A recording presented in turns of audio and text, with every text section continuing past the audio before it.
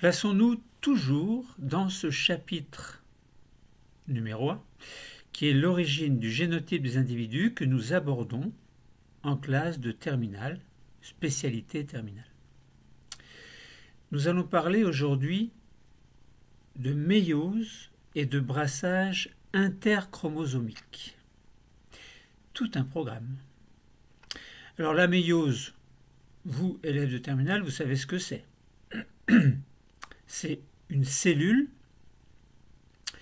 qui va se diviser en deux pour donner des gamètes. Enfin, des cellules correspondant aux gamètes, c'est-à-dire spermatozoïdes ou ovules. Donc on parle de spermatogenèse ou d'ovogénèse. Donc la méiose, en fait, son objectif, entre guillemets, au niveau génétique, c'est de séparer les chromosomes homologues. C'est-à-dire, par exemple, prenons un chromosome numéro 1, son homologue sera le chromosome numéro 1. En théorie, ces deux chromosomes sont identiques, mais du fait de la présence d'allèles différents pour chacun des gènes, eh bien, il y a toujours des petites différences. Si bien que, par exemple, le chromosome numéro 1, on va l'appeler numéro 1, mais son homologue, on l'appellera, par exemple, 1'. Pourquoi? Parce que non seulement ils sont identiques, mais il y a des différences au niveau des allèles des différents gènes. Et la méiose aura pour objectif génétique, entre guillemets, de séparer le chromosome 1 du chromosome 1'. Donc on va se retrouver dans la cellule mère des gamètes avec, donc on passera de 2N chromosomes à N chromosomes pour chacun des deux gamètes qui sera formé. Alors après on dit brassage interchromosomique. Ça veut dire quoi? Eh bien reprenons ce chromosome numéro 1 et ce chromosome 1'. Le brassage, ça veut dire qu'on va séparer les deux chromosomes homologues un peu au hasard. Alors là, il n'y en a que deux chromosomes, on va dire. Chromosome 1, chromosome 1', deux chromosomes homologues. Si au moment de l'anaphase de la méiose, on les sépare, eh bien on va se retrouver avec d'un côté le chromosome 1, de l'autre côté le chromosome 1'. Est-ce qu'on peut parler de brassage? Eh bien, oui et non. Parce que pour parler de brassage, il faudrait qu'il y ait au moins deux paires de chromosomes. Donc, prenons par exemple une paire de chromosomes 2, enfin numéro 2 avec son homologue 2', et imaginons ce qui va se passer à l'anaphase de la méiose. Eh bien, il faut que les chromosomes homologues se séparent.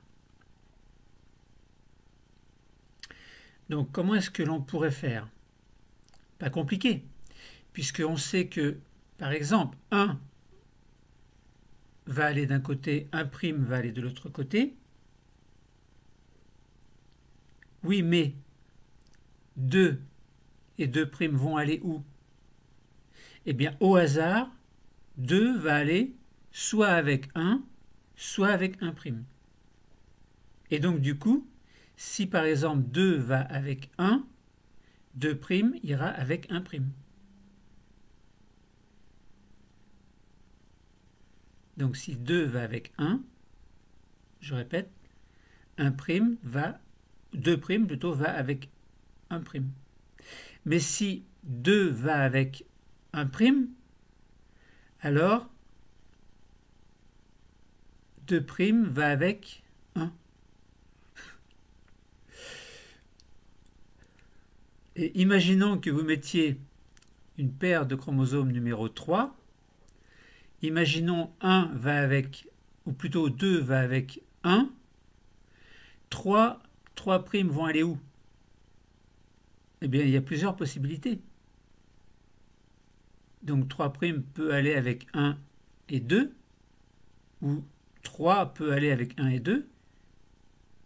Bon, donc vous voyez, c'est un peu ça le brassage interchromosomique, donc entre les chromosomes, sous-entendu entre les chromosomes homologues, qui va faire que les chromosomes vont se répartir au hasard d'un côté du pôle de la cellule et de l'autre côté du pôle de la cellule au cours de l'anaphase numéro 1 de la méiose.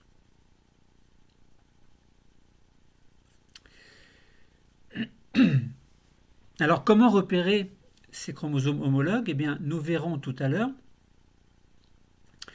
que c'est la prophase numéro 1 qui va nous montrer qu'à un moment donné, les chromosomes homologues seront ensemble.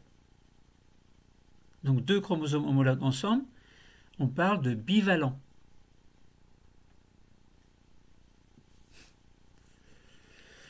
Donc, si par exemple on a 3 paires de chromosomes, donc 1, 1', 2, 2' et 3, 3', eh bien, à la prophase numéro 1 de la méiose, on aura 3 bivalents. C'est-à-dire 1 va se coller un peu avec 1', 2 va se coller un peu avec 2', et 3 va se coller un peu avec 3'. On aura 3 bivalents. Bi, ça veut dire 2.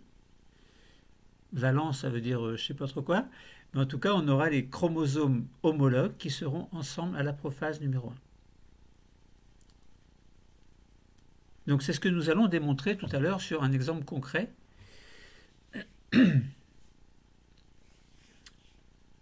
Donc vous avez compris globalement de quoi on parle. Méiose, formation des gamètes, à partir d'une cellule mère on obtient des gamètes, grâce à la méiose, que l'on a décrit en détail dans d'autres cours. Et puis brassage interchromosomique, ça veut dire que au cours de l'anaphase numéro 1 de la méiose, il va y avoir répartition au hasard des chromosomes homologues. Et donc le nombre de combinaisons est très très important. Prenons par exemple chez l'homme 23 paires de chromosomes, 23 paires de chromosomes, sachant qu'une paire va donner 2 chromosomes homologues qui vont se répartir au hasard. La paire de chromosomes numéro 2, même chose. La paire de chromosomes numéro 3, même chose. Numéro 4, numéro 5, numéro 23 paires, hein, numéro 23. Sachant qu'il y a également les chromosomes sexuels XX et XY. Bon. Donc vous voyez que au cours du brassage interchromosomique, le nombre de combinaisons est très très important. Nous verrons ce nombre-là tout à l'heure. Et donc, ça explique en très grande partie pourquoi nous sommes uniques.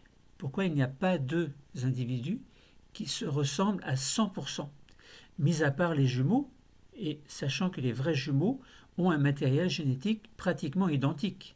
Bon, c'est un peu faux, hein, parce que on avait travaillé la mosaïque des gènes, la mosaïque des clones, les clones forment des mosaïques, etc. On a vu ça dans un autre cours.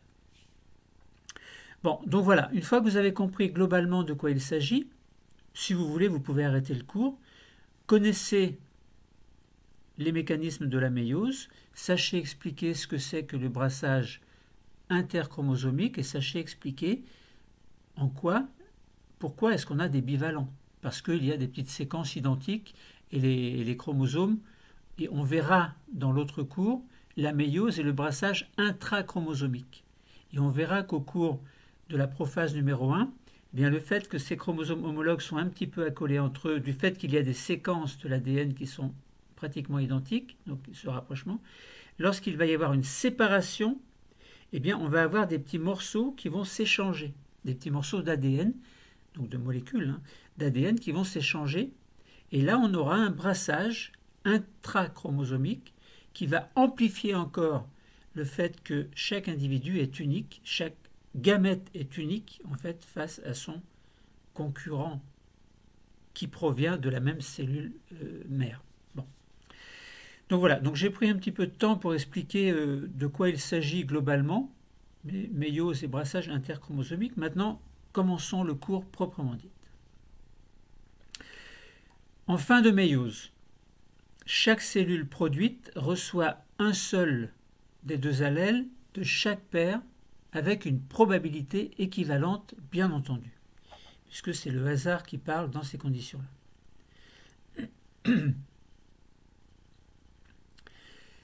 Pour deux paires d'allèles, par exemple, tout à l'heure, on avait pris 1, 1', 2, 2'. 4 combinaisons d'allèles sont possibles, suite à la méiose, suite à la méiose. Équiprobables ou non en cas de gènes liés. Donc si on prend deux paires d'allèles, on parle des allèles. Donc deux paires d'allèles, ça veut dire on prend des chromosomes homologues, une paire numéro 1, une paire numéro 2, et à l'intérieur, il y a des allèles. Allèle A pour l'autre paire, pour l'autre chromosome homologue, ou alors on peut avoir petit a, grand A, grand A, grand A. Vous voyez, il y a 4 combinaisons qui seront possibles, mais si les gènes, si les gènes sont liés, eh bien à ce moment-là, on aura l'équiprobabilité qui ne sera pas respectée, et on verra pourquoi plus tard. Donc, le nombre de combinaisons génétiques possibles dans les gamètes est d'autant plus élevé que le nombre de gènes à l'état hétérozygote est plus grand chez les parents. Hétérozygote, ça veut dire que si on prend une paire de chromosomes homologues, on a chromosome 1, chromosome 1', des différences au niveau des allèles, eh bien, ça veut dire que si par exemple pour un gène précis, on prend l'allèle A, on peut avoir A, petit a, petit a, petit a, grand A, grand A, grand A. Si vous prenez petit a, alors on est dans le cas homozygote. Ça veut dire que les deux allèles sont identiques. Si on prend grand A, pareil, on a homozygote. Et si, le gène est à l'état homozygote du fait que ces deux allèles sont identiques. Mais si les deux allèles sont différents, petit a, grand A, ou grand A, petit a, eh bien, on est dans l'état du gène qui est hétérozygote. Ça veut dire différent. Les deux allèles sont différents. C'est simplement ça, hétérozygote, homozygote. Homozygote, on a la même chose. Hétérozygote, on n'a pas la même chose au niveau des allèles. Donc nous allons essayer tout à l'heure de schématiser les conséquences de la méiose pour deux paires d'allèles portées par deux chromosomes différents ou par un même chromosome d'ailleurs dans le cas de gènes liés.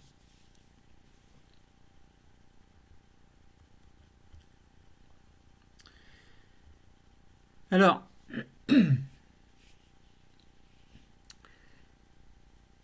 l'un de nos objectifs sera de présenter la disjonction des chromosomes homologues en anaphase 1 de méiose. Donc disjonction, ça veut dire si vous avez le chromosome 1, chromosome 1', donc deux chromosomes homologues, disjonction, ça veut dire séparation. Et si vous avez, en plus de 1 et 1', vous avez des chromosomes 2 et 2', séparation également, donc disjonction, avec répartition au hasard des chromosomes, 1 avec 2 ou 2' et 1' avec 2 ou 2'. Et on peut raisonner de la même façon en mettant une troisième paire de chromosomes. Mais tout à l'heure, on verra qu'on prend deux paires de chromosomes seulement et que le nombre de possibilités sera de 4. 4 types de gamètes différents. Donc 4 types d'individus différents, entre guillemets, si les gamètes fécondent les ovules, parce que bon, il faut raisonner aussi par rapport aux ovules, donc c'est compliqué, je ne m'engage pas là-dedans. Donc là, je répète que là, donc nous allons, l'un de nos objectifs sera de présenter la disjonction des chromosomes homologues en anaphase 1 de méiose. Pourquoi? Eh bien, pour aboutir à la notion de brassage génétique interchromosomique, comme je vous l'expliquais tout à l'heure. Alors, donc nous proposerons une étude de 2 étapes de la méiose chez le criquet mâle qui permet, du fait de la particularité de son karyotype, de démontrer la disjonction des chromosomes homologues. Donc nous allons nous servir du cas particulier du criquet mâle, alors qui possède 22 autosomes et un chromosome X.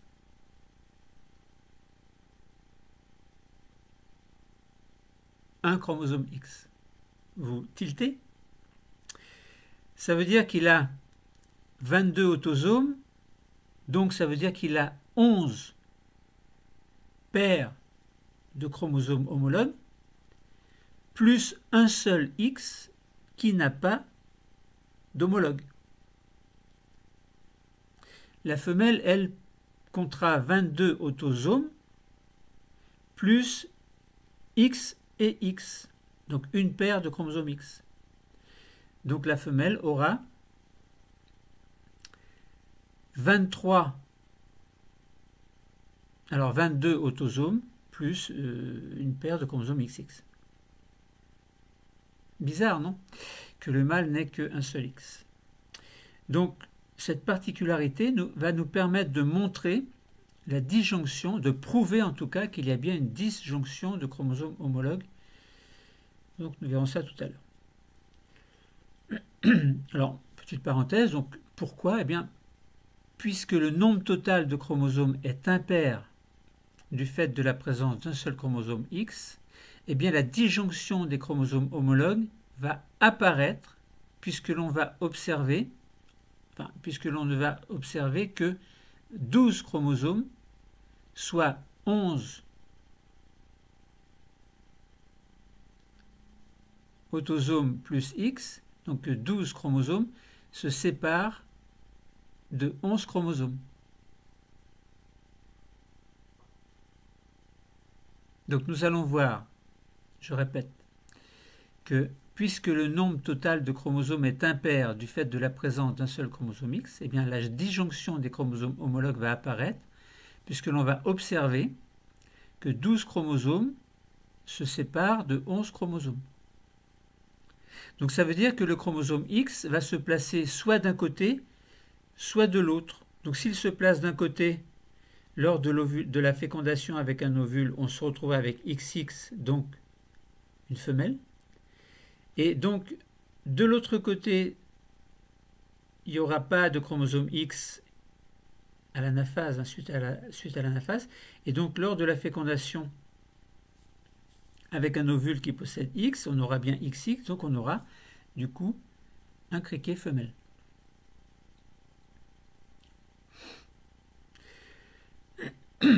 Nous allons mettre en évidence également l'hétérozygosie. Et cette hétérozygosie est à l'origine de la diversité des gamètes obtenus à la méiose.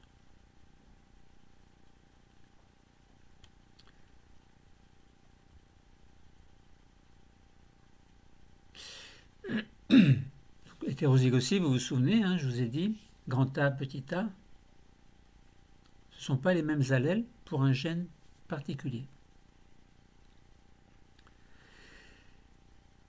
Alors, en considérant que chaque personne est hétérozygote pour environ 1500 gènes, un calcul va pouvoir montrer que chaque chromosome porte en moyenne 65 allèles différents de son homologue.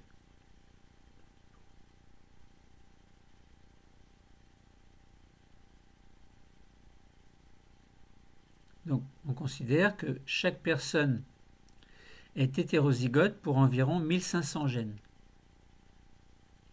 Eh bien, si vous faites un petit calcul, sachant que l'on a 23 paires de chromosomes, on fait 1500 divisé par 23 paires, entre guillemets, et on obtient en moyenne 65 allèles différents de son homologue. Alors évidemment, ceci implique que les chromosomes homologues se comportent en général, ou ne comportent en général pas la même information génétique.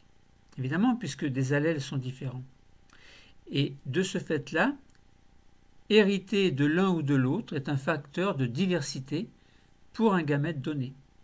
puisqu'il y aura beaucoup de possibilités, non seulement suite au brassage interchromosomique, mais aussi, alors nous verrons aussi grâce au brassage intrachromosomique, mais en fait du fait également que tous les gènes n'ont pas les mêmes allèles. Donc l'hétérozygosie augmente encore cette diversité génétique pour chaque gamète.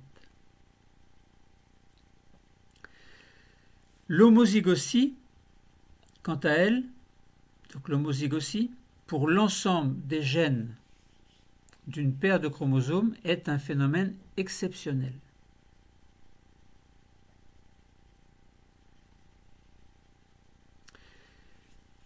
On peut l'obtenir artificiellement par sélection ou autofécondation qui donne à ce moment-là des lignées pures, comme l'avait fait Mendel avec les petits pois, il essayait dans un premier temps d'obtenir des lignées pures, par exemple un petit pois lisse, un petit pois ridé. Eh bien, à partir de l'un ou l'autre, il n'obtenait que des petits pois ridés ou que des petits pois lisses. Et ensuite, l'interfécondation donnait des individus hétérozygotes pour un gène précis, mais à l'époque, Mendel ne le savait pas.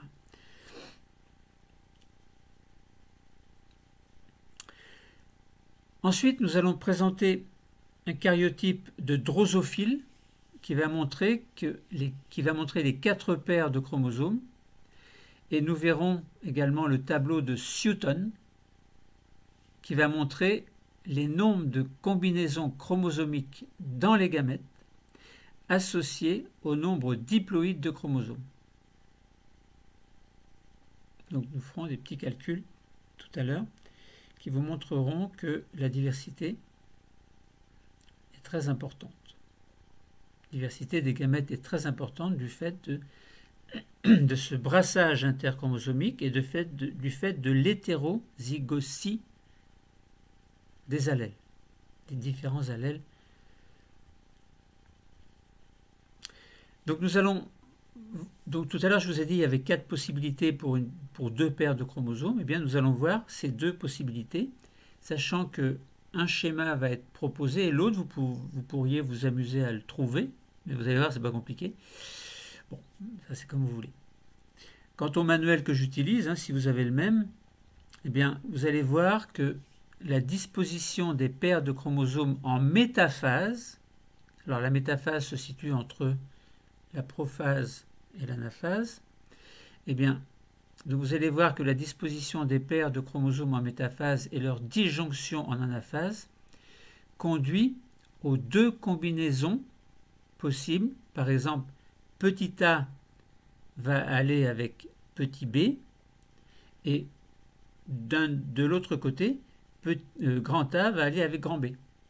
C'est comme tout à l'heure quand je vous disais 1, 1', 2, 2', 1, 2 et 2', 2 peut aller avec 1. Et là, au lieu de dire 1 et 2, on dira petit a et petit b.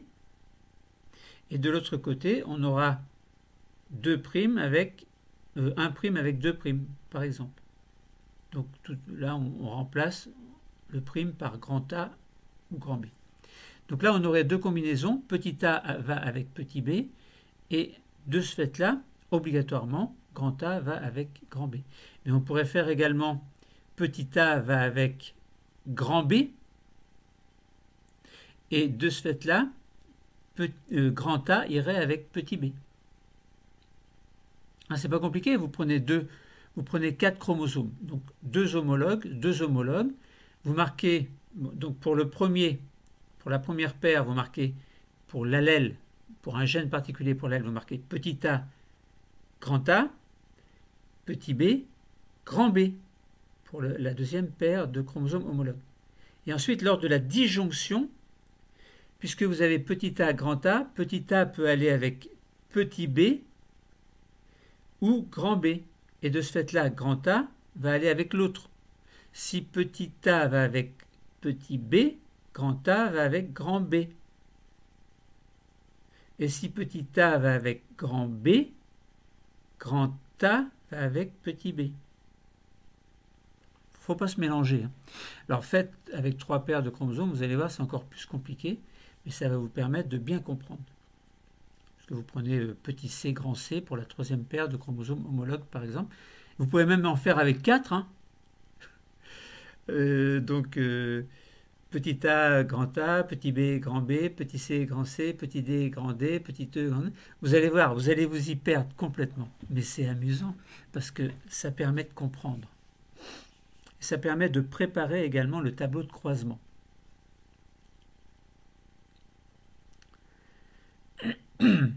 Alors, le nombre de combinaisons possibles pour ces 2 paires de chromosomes est donc 4.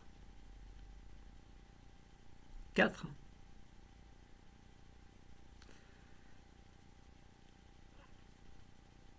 Mais pas les 4 en même temps. Puisque lors de la formation du matériel génétique dans les gamètes, on ne peut pas avoir les 4 combinaisons en même temps.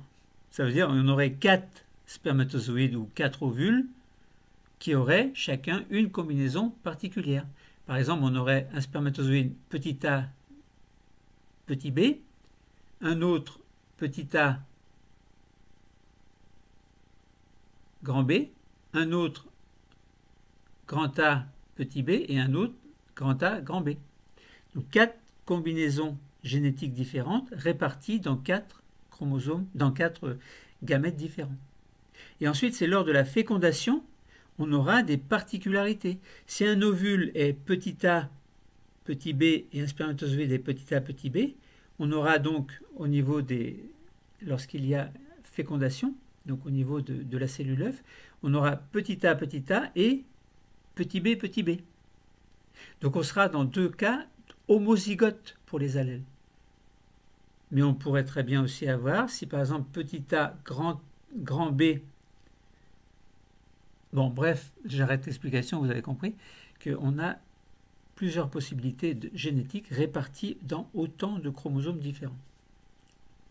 Autant de gamètes différents, pardon. Donc, ceci implique que, et je répète, que le nombre de combinaisons possibles pour ces 2 paires de chromosomes homologues, 2 paires, donc 1 et 2, comme 2 paires de chaussures,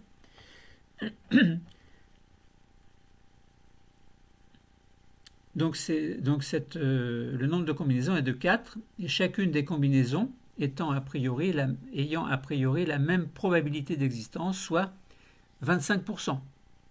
25% petit a, je me trompe, petit a, petit b, petit a, grand B, etc. Donc il y en a 4 combinaisons possibles pour 2 paires de chromosomes homologues avec 25% pour chacun. Équiprobabilité. Par contre, si les gènes sont liés, c'est-à-dire situés sur le même chromosome, à ce moment-là, on n'aura plus 25% pour chacun.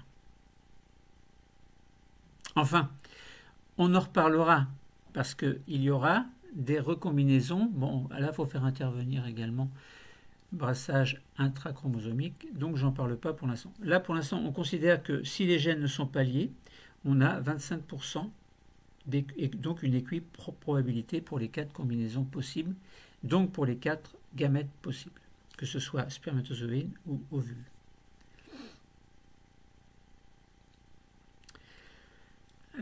Alors, en effet, pour une cellule qui subit la méiose, la disjonction peut réunir dans les cellules filles soit les 2 chromosomes de même origine, maternelle et paternelle, soit constituer des combinaisons associant un chromosome d'origine maternelle et un chromosome d'origine paternelle.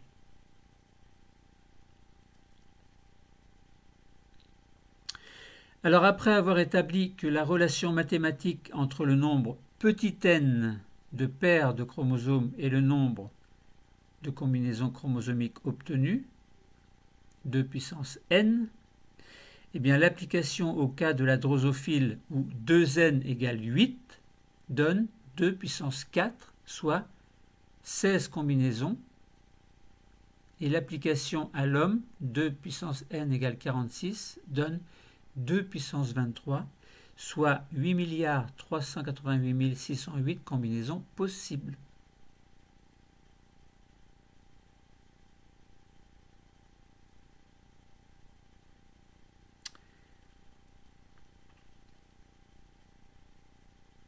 Alors tout à l'heure pour la drosophile, on a pris 2n égale 8, donc n égale 4, on avait pris 4 paires de chromosomes. Alors, essayons de préciser maintenant un petit peu plus encore.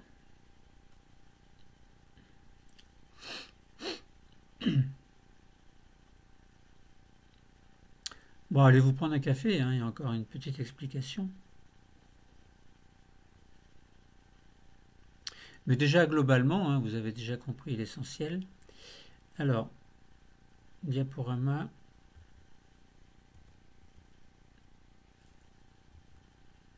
Ah.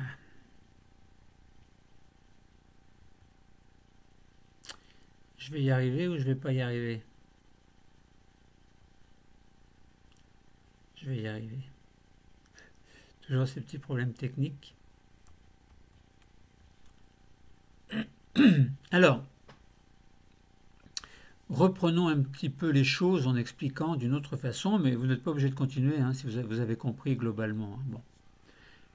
Donc toujours dans méiose et brassage interchromosomique, la méiose, hein, on a dit c'est un mécanisme de diversification des gamètes, séparation des allèles homologues notamment, enfin pas notamment, mais lors de l'anaphase de première division de méiose. Alors Mendel l'avait supposé, les éléments transmissibles, c'est-à-dire les allèles, mais à l'époque il ne savait pas que c'était des allèles. Hein, bon. Donc lui il parlait d'éléments transmissibles présents chez un individu au nombre de 2 pour chaque trait de caractère. Eh bien, ces éléments transmissibles, donc ces allèles, sont séparés au moment de la formation des gamètes. Alors nous maintenant on sait que après la formation des bivalents au cours de la prophase 1 et suite à l'anaphase numéro 1 de la méiose, eh bien, on sait bien que ces éléments transmissibles seront séparés pour donner des gamètes avec une certaine originalité génétique. Pourquoi originalité? Parce qu'il y aura un brassage interchromosomique comme nous l'avons déjà expliqué.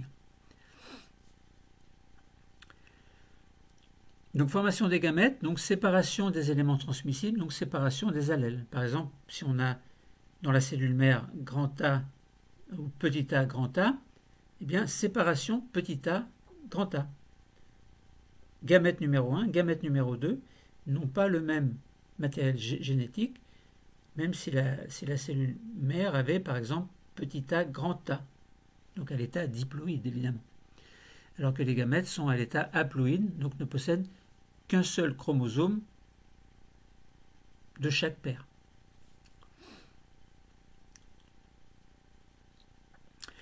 Alors l'étude de la méiose permet de comprendre ce mécanisme de diversification des gamètes, mais nous en avons déjà parlé un petit peu.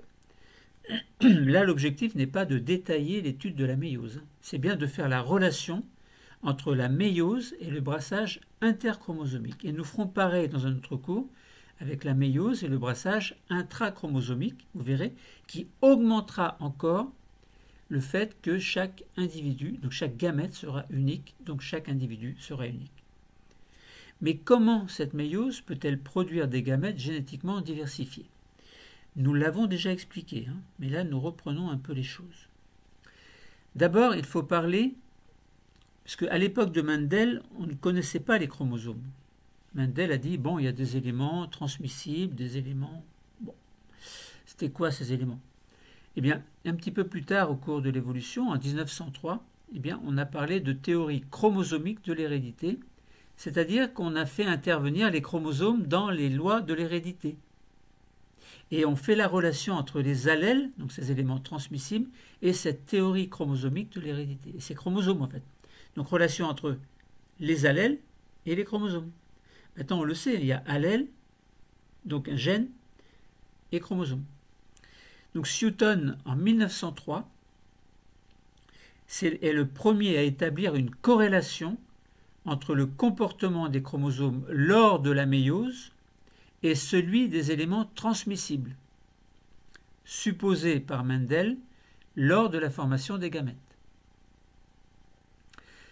Chez les criquets, le nombre de chromosomes est de 24.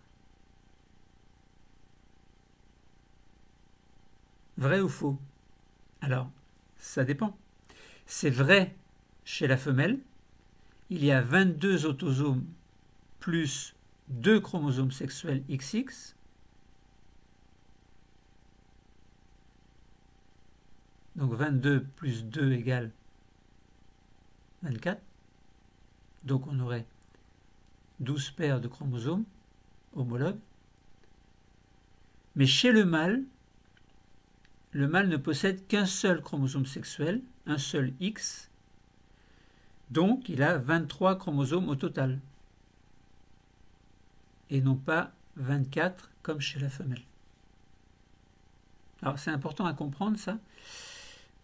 Bien vous mettre dans la tête que chez le criquet seulement, la femelle possède 24 chromosomes, 22 plus XX, et le mâle ne possède que 23 chromosomes, 22 plus X.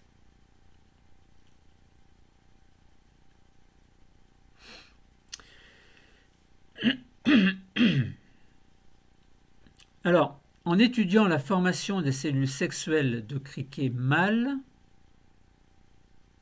donc on se place bien chez le mâle.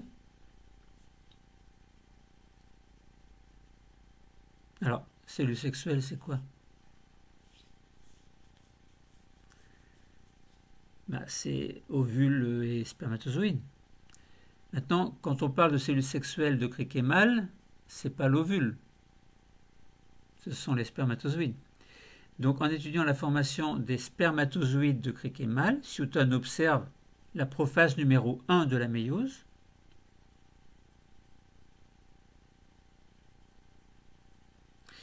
Et il compte 11 amas chromosomiques. 11 et 11 égale 22.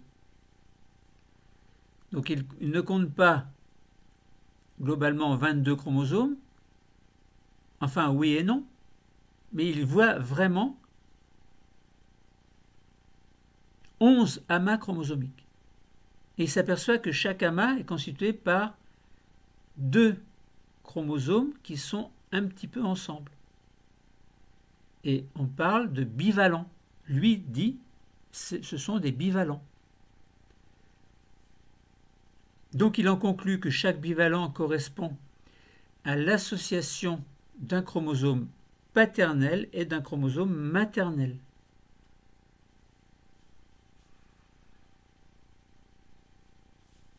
C'est-à-dire que les chromosomes homologues se mettent ensemble.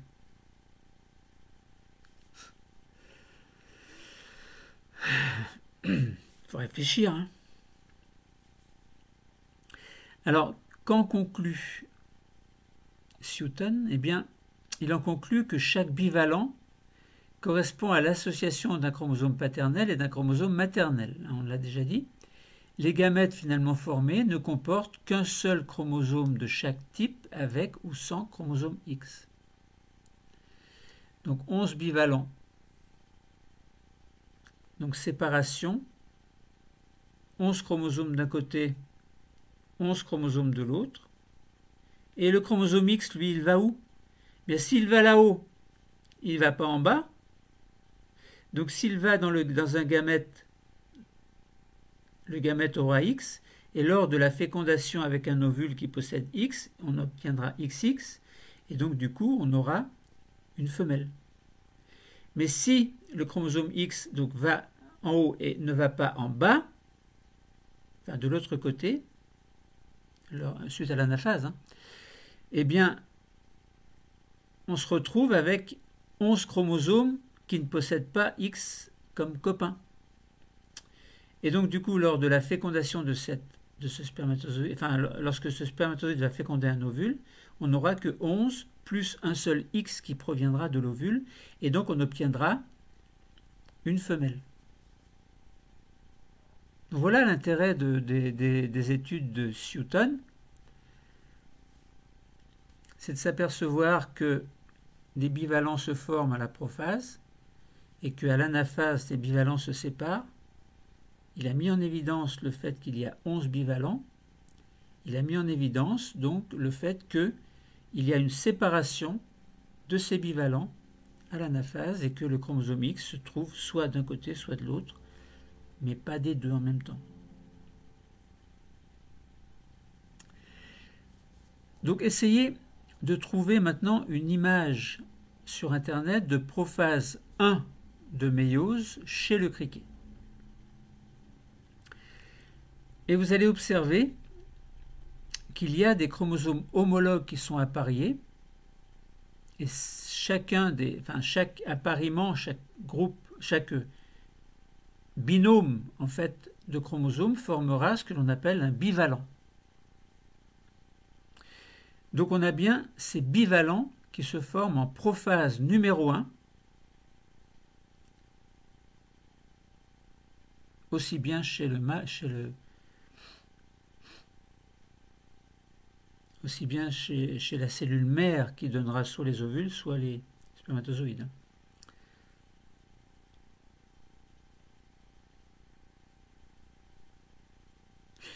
Donc voilà.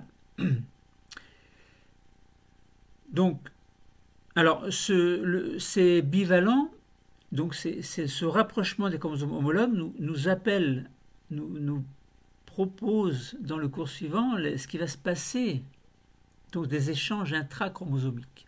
Donc on aura dans méiose et brassage intrachromosomique avec des échanges que nous verrons, donc des crossing over.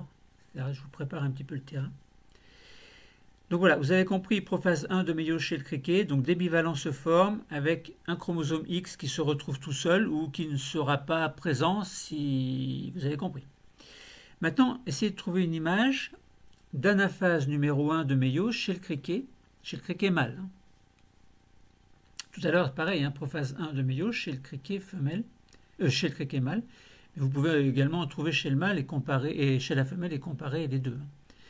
Donc là, essayez de trouver une image en anaphase numéro 1, donc la première anaphase de méiose chez le criquet mâle, donc 2n égale 22 plus x, et vous allez voir qu'il y a séparation des chromosomes homologues, donc deux chromosomes homologues se trouvent séparés. Tout à l'heure, on avait dit 1 prime, 1 va d'un côté, 1 prime va de l'autre côté. Donc chacun des chromosomes dans un bivalent va à l'opposé, donc à l'opposé, donc au niveau d'un pôle de la cellule. Alors concernant le mâle, il y a 50% des gamètes qui contiennent le chromosome X et bien entendu 50% des gamètes qui ne possèdent pas le chromosome X. Enfin 50 possèdent le chromosome X, 50 ne possèdent pas le chromosome X. Donc on a bien un brassage interchromosomique qui se fait au cours de l'anaphase 1, mais qui n'est pas du tout démontré par la photo qui vous montre une anaphase 1 de méiose chez le criquet. C'est simplement le raisonnement par rapport à ce que l'on sait aujourd'hui des allèles qui permet de dire qu'il y a un brassage. Donc voilà, à la suite de l'observation de la méiose, Sutton affirme, sans toutefois pouvoir le prouver, que le chromosome paternel et le chromosome maternel de chaque bivalent se dirigent au hasard vers l'un des deux pôles de la cellule. Donc, comme je vous disais, il n'a pas pu le prouver, évidemment, avec l'image que l'on a là ou avec ses connaissances de l'époque. Mais il y avait déjà l'intuition qui était là. Alors, tout à l'heure, je vous ai dit, les chromosomes sont homologues, mais ils sont différents du fait qu'il y a un polyallélisme. Ça veut dire qu'en gros, les allèles portés par un chromosome homologue ne sont pas forcément les mêmes sur l'autre chromosome. Donc, on a deux chromosomes homologues. Les allèles sont différents. Il y a plusieurs allèles différents pour différents gènes. Donc, les chromosomes homologues sont homologues, c'est vrai, Ils sont censés être identiques, mais en fait, ils sont différents. Donc, ils ne sont pas identiques. Mais ils sont presque identiques. Ce qui fait qu'on peut les classer comme étant des chromosomes homologues. Donc, chaque espèce est caractérisée par ce que l'on appelle un karyotype, c'est-à-dire un étalement de l'ensemble des chromosomes. Par exemple, pour l'homme, on a 23 paires de chromosomes, eh bien, on s'arrange en laboratoire pour avoir la photographie de l'ensemble de ces chromosomes, et puis on les classe, on obtient un karyotype. D'un individu à l'autre, le nombre et l'aspect des chromosomes apparaissent semblables, car chaque gène occupe un emplacement bien déterminé sur un chromosome, et cet emplacement s'appelle le locus. C'est-à-dire que vous avez un chromosome homologue, un chromosome, à un endroit précis vous avez un gène, et cet endroit s'appelle le locus. C'est comme si c'était une maison, petite maison, c'est un endroit, c'est un locus. Pour presque tous les gènes, il existe plusieurs allèles apparus à la suite de mutations au cours de l'évolution des espèces. Si pour certains gènes un allèle est largement plus répandu que les autres, pour d'autres au contraire, il existe plusieurs allèles dont les fréquences dans la population sont très élevées. Alors on pourrait prendre par exemple les allèles du gène du système ABO, groupe sanguin. Donc on aurait l'allèle A, l'allèle B, on pourrait avoir AB ensemble et l'allèle O. Donc on aurait A, B, O, donc on aurait trois allèles différents, et vous voyez qu'on peut avoir au niveau des phénotypes un groupe sanguin A, un groupe sanguin B, un groupe sanguin AB ou un groupe sanguin O. Donc on parle déjà de polyallélisme dans le sens où là il y aurait trois par exemple allèles différents. Alors c'est un peu plus compliqué, mais bon, globalement ça permet de bien comprendre. Alors on considère qu'environ un tiers des gènes humains sont polymorphes, c'est-à-dire qu'ils existent sous plusieurs formes alléliques ayant une fréquence d'au moins 1% dans la population. On estime par ailleurs que dans l'espèce humaine, chaque personne est hétérozygote pour environ 7% de ses gènes. Hétérozygote, petit a, grand A par exemple.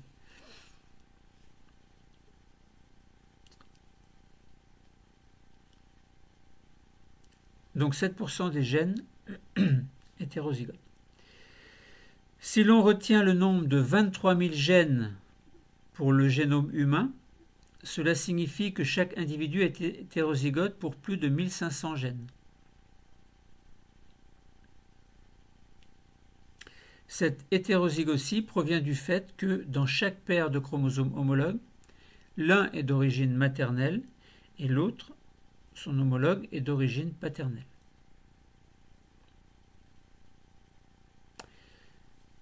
Voilà, donc amusez-vous à regarder sur Internet donc une paire de chromosomes homologues avec la représentation d'allèles, par exemple sous forme de petites couleurs. Par exemple, vous prenez un chromosome homologue, l'autre chromosome homologue, puis vous avez des couleurs rouge, marron, jaune, bleu, vert, violet.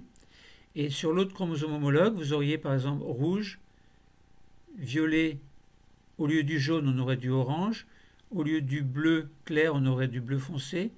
Et au niveau d'un autre allèle, d'un autre gène, je veux dire, un allèle pourrait être vert foncé, et l'autre vert clair, violet foncé, violet clair. Donc ça symbolise le fait que les allèles pour chaque gène ne sont pas forcément identiques. Petit a identique, petit a, grand A, pas identique.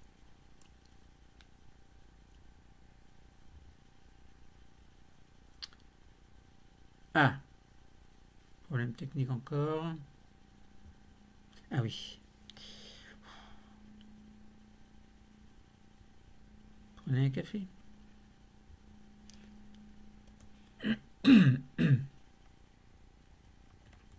Alors, continuons notre auscultation.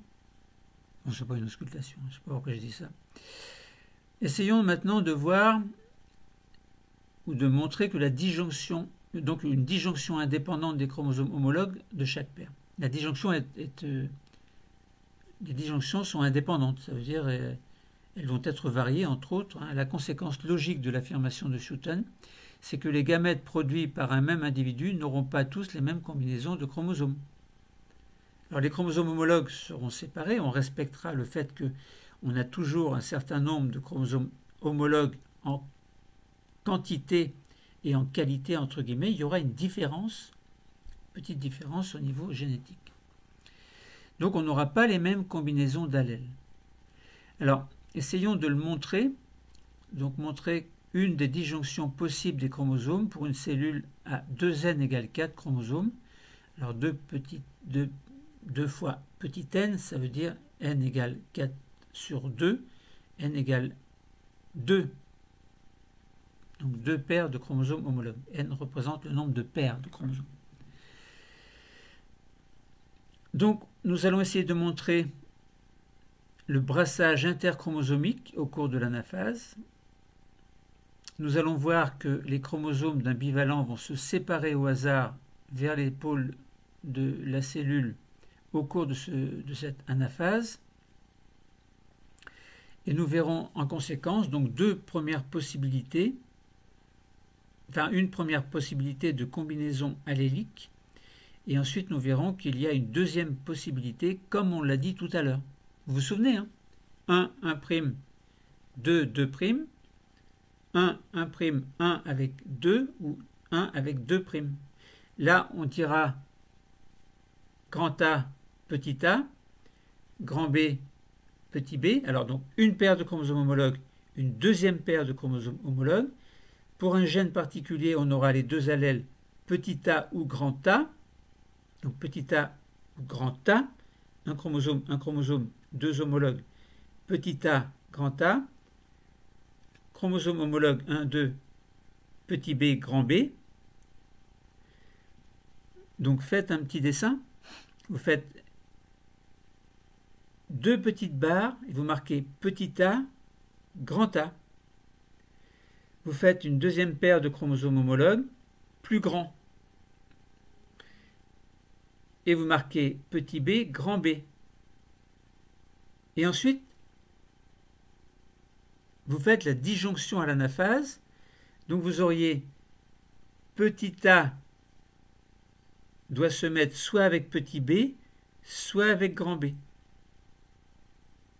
Donc on imagine par exemple petit a va se mettre avec petit b, donc migration au pôle de la cellule au cours de l'anaphase. Donc on aurait petit a et petit b vient là. Donc ça veut dire un chromosome petit avec petit a, un chromosome grand avec petit b. Et donc du coup de l'autre côté on aurait grand A, grand B. Grand A, grand B. Mais on aurait pu avoir également petit a avec grand B. Donc là-haut, en fait, suite à la métaphase dans le même plan, et puis l'anaphase, on les sépare. Donc là, ils sont là, et séparation. Donc séparation de part et d'autre. Alors, c'est pas évident de faire ça. Vous comprenez, vous prenez un crayon, vous faites un rond, vous faites une paire de chromosomes homologues petits, une paire de chromosomes homologues plus grands. Pareil de l'autre côté, petit et grand. Puisque n'oublions pas que ce sont les homologues, donc il faut même grandeur. Les deux petits doivent avoir la même grandeur et les deux grands doivent être la même grandeur. Et vous faites une séparation des allèles et vous allez vous retrouver avec des combinaisons, avec 4 possibilités de combinaison, comme je l'ai dit tout à l'heure. Donc là, je répète que petit a peut aller avec petit b, et de ce fait-là, grand A va avec grand B. Mais également, petit a peut aller avec grand B, et de ce fait-là, grand A va avec petit b. Donc on a bien 1, 2, 3, 4 combinaisons génétiques possibles, comme je l'ai déjà expliqué en début de séance.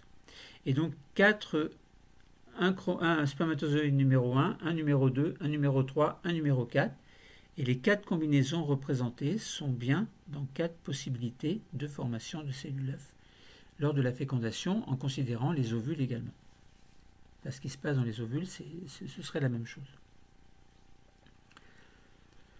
Donc en prophase 1, formation des bivalents. Nous verrons dans un autre cours qu'il y aura des échanges intrachromosomiques. En métaphase numéro 1, eh bien, les bivalents se placent dans un plan de la cellule. À l'anaphase numéro 1, il y a séparation des chromosomes homologues. Donc selon deux possibilités, petit a avec petit b, ou petit a avec grand B, et grand A avec petit b, ou grand A avec grand B. Et en télophase, bien entendu, séparation des cellules. Et puis ensuite, bon, il y a une deuxième division dans la méiose, mais on n'en parle pas. Mais ça correspond globalement à des mitoses et non pas à des méioses. Donc avec deux paires, donc avec petit n égale 2, donc deux paires de chromosomes, on obtient bien 4 combinaisons génétiques différentes. Alors essayons de trouver une formule mathématique qui permette de comprendre, parce que si on a deux paires de chromosomes, bon, c'est facile, on fait le dessin ou on fait nos petits calculs, on obtient deux paires, on obtient 4 combinaisons. Pour 3 paires, amusez-vous à le faire. Combien de combinaisons possibles? Eh bien, vous allez en avoir 8. Donc, est-ce qu'on peut relier petit n avec 3 paires? Bon, pour 4 paires, on aurait 2. Alors, allez, pour 3 paires, on a 2 puissance 3. 3 paires, on prend le 2 et on met en puissance le nombre de paires. Donc 2 puissance paires et 2 puissance 3, et on a bien 8 combinaisons possibles. Alors 2 puissance 3, c'est 2 fois 2 fois 2. 2 fois 2, 4, 4 fois 2, 8. Donc 2 puissance 3 égale 8 combinaisons pour 3 paires de chromosomes. Pour 4 paires de chromosomes, vous auriez quoi? 4 paires. Eh bien 2 puissance 4 égale 8. Alors, donc ça fait 2 fois 2 fois 2 fois 2. 2 fois 2 égale 4, 4 fois 2, 8, 8 fois 2, 16. Donc on aurait 16 combinaisons. Pour 5 paires, on aurait 2 puissance 5 égale 32 combinaisons, etc. Et pour 2 puissance 23, on aurait un nombre très important de plus de 8 milliards, comme je vous ai expliqué tout à l'heure. Autrement dit, la relation mathématique, c'est simplement que on prend le nombre de combinaisons, c'est 2 puissance petit n. 2 à et en puissance, vous mettez le nombre de paires. Et on obtient bien le nombre de combinaisons, donc 2 puissance n égale le nombre de combinaisons chromosomiques. Parallélique, hein, bon, vous avez compris. Et là, on arrive au tableau de Sutton, qu'il a publié en 1903, où il considérait donc des chromosomes et des combinaisons dans les gamètes avec un nombre diploïde dans la cellule mère et un nombre haploïde chez les gamètes. Ça voulait dire que, par exemple, on a 2n égale 2 avec n égale 1, donc une paire de chromosomes homologues. Donc petit n égale 1, une paire. Donc nombre haploïde chez le gamète. La combinaison dans les gamètes sera 2 puissance 1 égale 2, puisqu'on aura 2 puissance n. Donc 2 combinaisons possibles correspondant au nombre de gamètes possibles. Donc là, pour une paire, on aurait 2 gamètes possibles, 2 combinaisons génétiques possibles. Vous vous souvenez, 1' chromosome homologue, avec par exemple petit a, grand A, donc séparation, on n'a bien que 2 combinaisons, il n'y a pas d'autre choix. Pour 2n égale 4, on a n égale 2 chez le gamète, et 2 puissance 2 égale 4 combinaisons possibles, etc., etc. Et puis pour 2 puissance n égale 46, eh bien on aurait un nombre très important, n égale 23 paires de chromosomes, avec un nombre de combinaisons de 2 puissance 23, soit plus de 8 milliards. Donc vous pourriez regarder un exemple de karyotype d'une cellule somatique de drosophile mâle.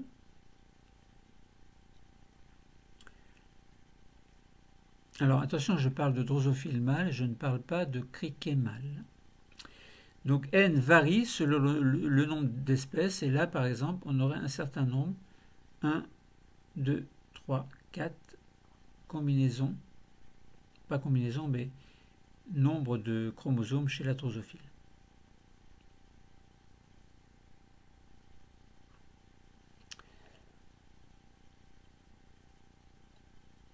Alors, la disjonction des chromosomes homologues au cours de la méiose concerne l'ensemble du karyotype, évidemment.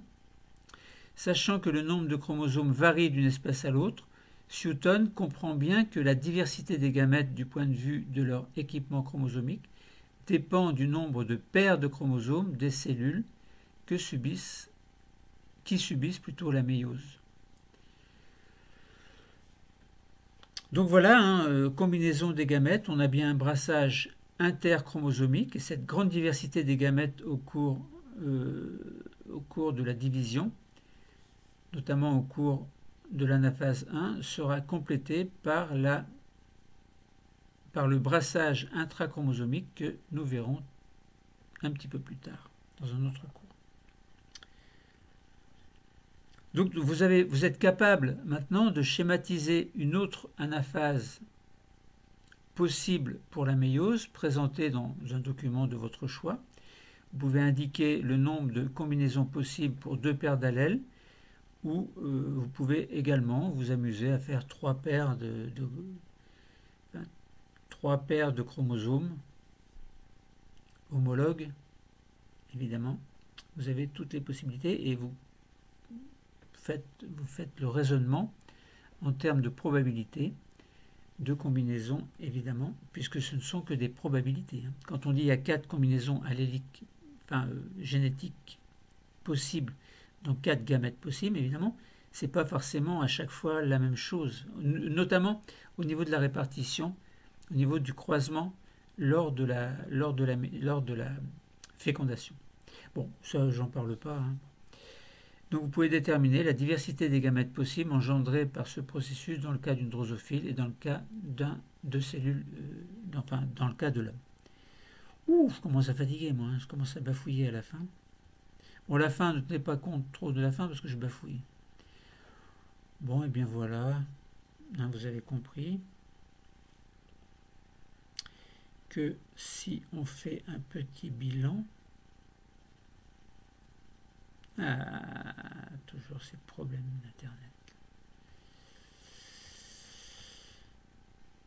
d'Internet. Donc on était dans le cas de méiose et brassage intrachromosomique. Vous avez bien compris qu'en fin de méiose, chaque cellule produite reçoit un seul des 2 allèles de chaque paire avec une probabilité équivalente. Ça, vous l'avez compris. Vous avez compris que pour 2 paires d'allèles, 4 combinaisons d'allèles sont possibles, équiprobables ou non en cas de gènes liés.